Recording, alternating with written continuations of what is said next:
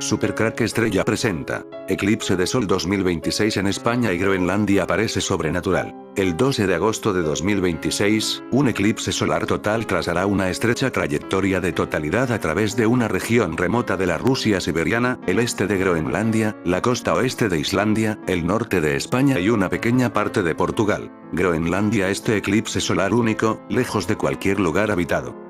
Y todo ocurre en un momento muy delicado en Groenlandia, donde todo el mundo habla de la isla Groenlandia porque Estados Unidos la reclama como suya. Estos eclipses del 2026 parecen unir a España y Groenlandia como en una especie de profecía, movimientos muy extraños en el mundo en este 2026, donde se empieza a buscar al avión desaparecido de Malasia una vez más. Chagos, la colonia que Reino Unido acordó devolver, también en el punto de mira de Trump. Redacción Internacional, 20NF. La devolución de Chagos a Isla Mauricio, denunciada hoy por el presidente de Estados Unidos, Donald Trump, como una gran estupidez en su portal Truth Social, fue anunciada el pasado mes de mayo por el Reino Unido tras la firma de un acuerdo con la nación del Índico, que reclamaba el archipiélago desde el siglo pasado. El acuerdo, que aún no ha entrado en vigor pendiente de su aprobación en los dos países, estableció que el Reino Unido seguiría arrendando a Isla Mauricio su base militar con Estados Unidos en la isla de Diego García. Que el Reino Unido ceda territorios extremadamente importantes es un acto de gran estupidez, y se suma a una larga lista de razones de seguridad nacional por las que Groenlandia debe ser adquirida, ha escrito Trump. El acuerdo de devolución. El 22 de mayo pasado el primer ministro británico, Keir Starmer, rubricó un acuerdo por el que su país devolvía Chagos a Isla Mauricio, que reclamaba su soberanía sobre el archipiélago desde que obtuvo la independencia de los británicos, en 1968, y que había planteado el contencioso ante diversos organismos internacionales, como la Corte Internacional de Justicia de la ONU, la Asamblea General de Naciones Unidas o la Unión Africana, que se pronunciaron a su favor. ¿Y qué tiene todo esto que ver con el avión desaparecido de Malasia? ¿Recuerda esa teoría de conspiración que decía que el avión desaparecido de Malasia estaba en la isla Diego García? El avión de Malaysian Airlines ha desaparecido y una gigantesca búsqueda internacional no ha podido localizar sus restos. ¿Qué hay en la trayectoria que siguió el vuelo MH370? La base de Diego García es una de las instalaciones estratégicas de mayor importancia en la historia militar de Estados Unidos. Es una pequeña isla en el Océano Índico que ha permitido a los bombarderos estadounidenses lanzar operaciones en casi todos los frentes importantes en la Guerra Fría y después. Los bombarderos B-52 y B-1 pueden aterrizar y despegar sin problemas y la base fue utilizada para bombardear posiciones en Vietnam, Camboya, Laos, Afganistán e Irak. El vuelo de Malaysian Airlines muy bien pudo alcanzar Diego García.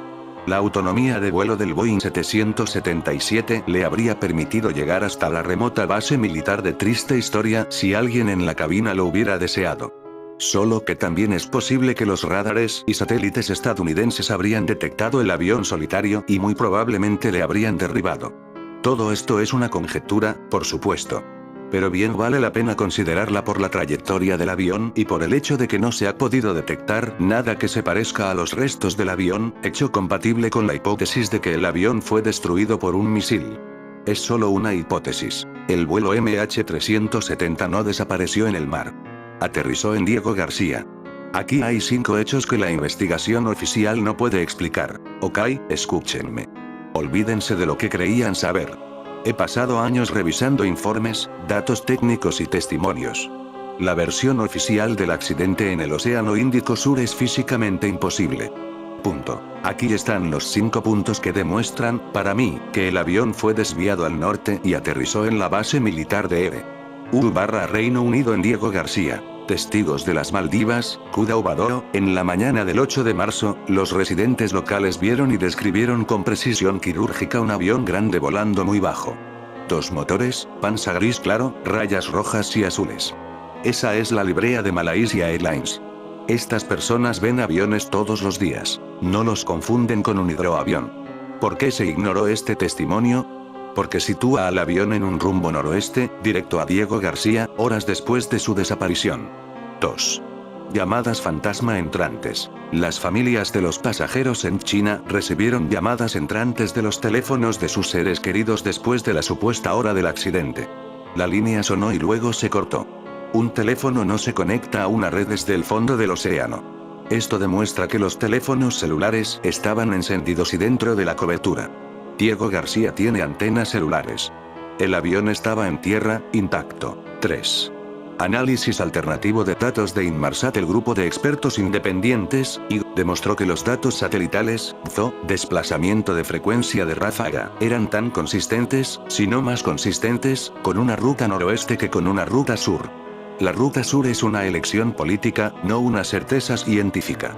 La ruta norte conduce a Diego García. 4. La negativa categórica a cualquier investigación sobre Diego García. Pregúntense, si son inocentes, están proporcionando una coartada. Estados Unidos y el Reino Unido se han negado sistemáticamente a publicar registros de radar o grabaciones de la base para esa noche. ¿Por qué? Porque estos datos mostrarían el aterrizaje del avión. Su silencio es una admisión. 5. La imposible desaparición de los cuerpos. Un accidente en el mar deja cuerpos. Siempre. Chalecos salvavidas, asientos, escombros flotando por millas. Nada. Absolutamente nada tangible se encontró en el área de búsqueda oficial. Porque el avión no se estrelló. Fue desmantelado en tierra y los cuerpos fueron limpiados. Conclusión. Nos mintieron.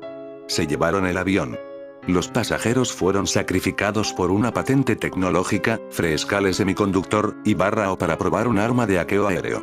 La búsqueda en el sur fue un montaje de $200 millones. Y todo esto de la entrega de la isla Diego García ocurre cuando se lanza una nueva búsqueda del avión de Malasia. Todo muy extraño. El Ministerio de Transporte malasio informó en un comunicado de que la empresa estadounidense de robótica marina Ocean Infinity llevará a cabo la operación durante un periodo de hasta 55 días, con búsquedas intermitentes en áreas consideradas de alta probabilidad para localizar los restos de la aeronave. La compañía ha firmado un contrato con Malasia bajo la fórmula de si no se encuentra, no se cobra.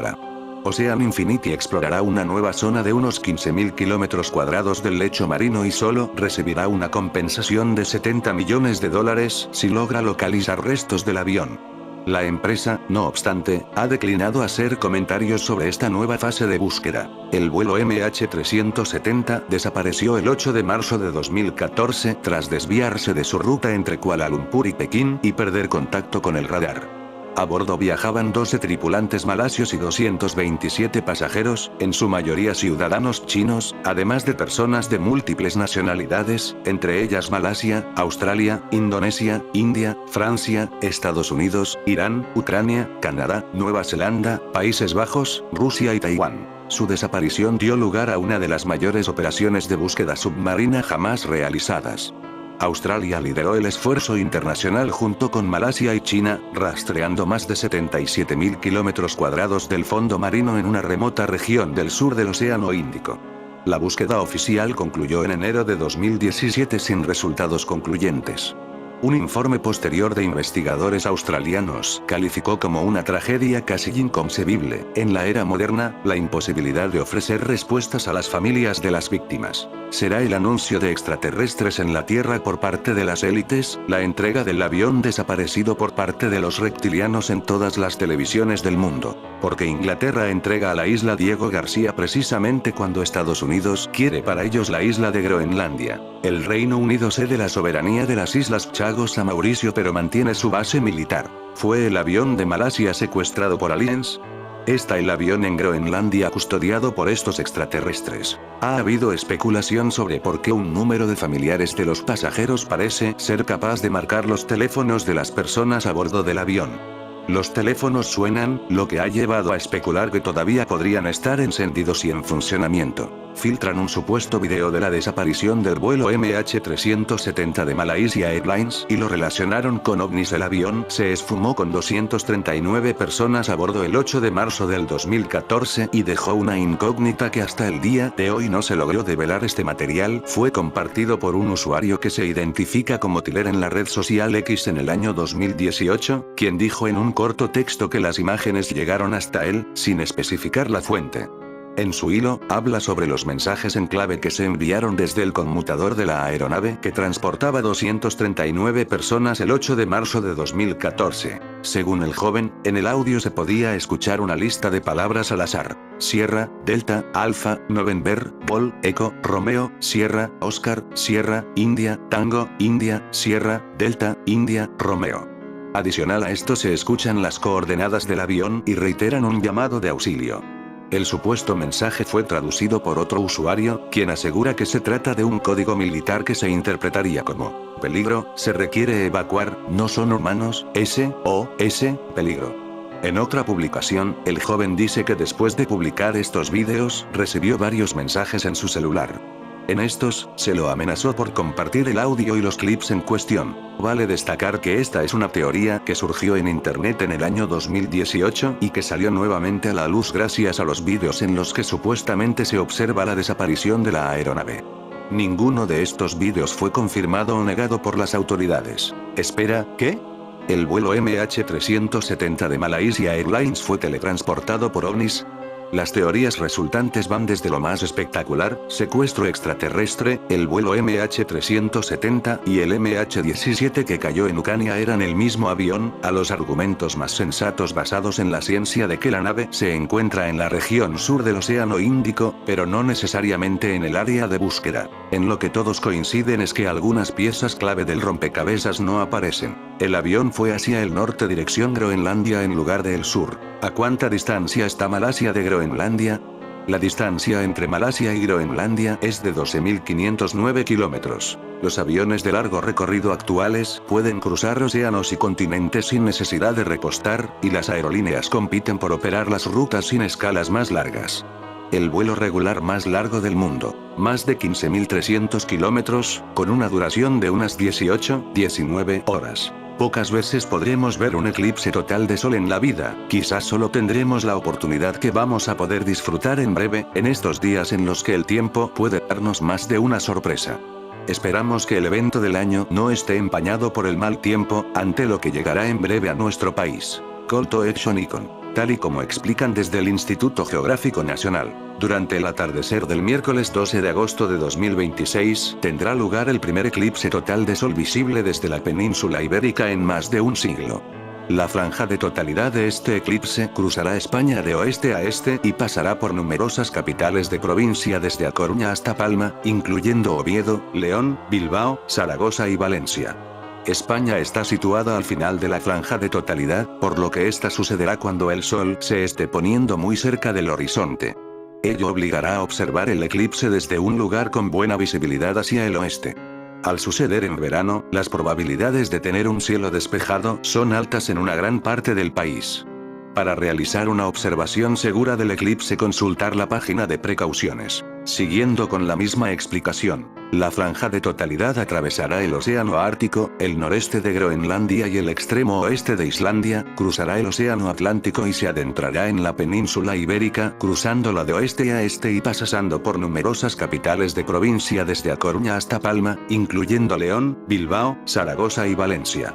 El máximo del eclipse se producirá a las 19h46 metros, hora oficial en Península y Baleares, cerca de Islandia, siendo la duración máxima de la totalidad de 2 minutos y 18 segundos. Según el Observatorio Astronómico Nacional, el último eclipse solar parcial visible en España tuvo lugar el 10 de junio de 2021, mientras que el último eclipse anular ocurrió en 2005. En la Salamanca de la segunda mitad del siglo XV, el astrónomo judeo-salmantino Abraham Zakut, 1452-1514-1515, dio un nuevo impulso a la predicción astronómica con su gran composición, 1478, escrita en hebreo.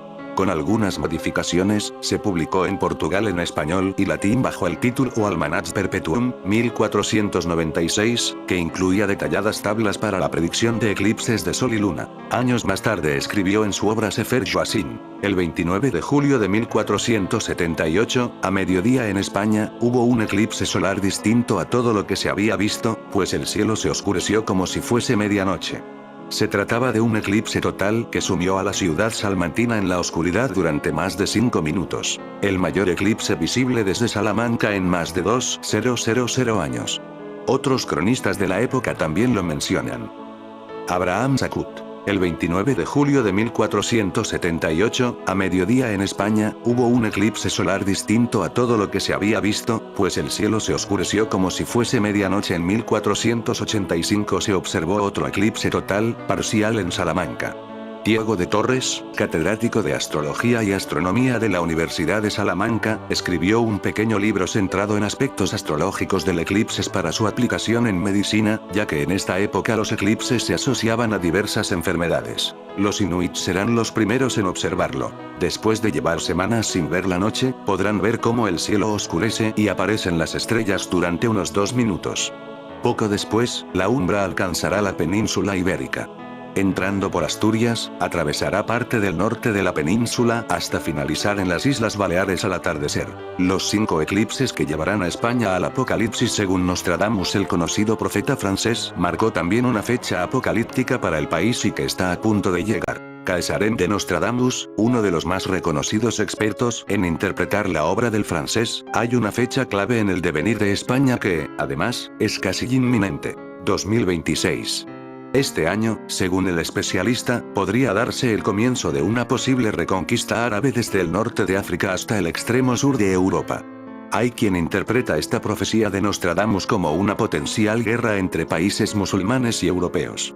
Algunos expertos han asociado esta guerra al auge de organizaciones terroristas como el ISIS o el Daesh, que han afectado a Europa en los últimos años. Caesarem de Nostradamus detalla que Nostradamus se basó para sus predicciones en la disposición de los astros en tiempos de los saracenos, disposición que se repetiría en la mencionada fecha, con varios eclipses que oscurecerán la totalidad del suelo español a lo largo de un período concreto de tiempo. La fatídica fecha del año 2026 se estrenaría, según este estudioso de las profecías de Nostradamus, con un eclipse que sucederá el 12 de agosto de ese año y al que le sucederá otro el 6 de febrero de 2027, el 2 de agosto de ese mismo año, el 26 de enero de 2028 y el 1 de junio de 2030. Según las predicciones de Nostradamus, el eclipse de 2026 tendría características idénticas a uno que ocurrió siglos atrás, específicamente en el año 666 después de Cristo, una fecha con claras connotaciones apocalípticas, ya que es la fecha del anticristo.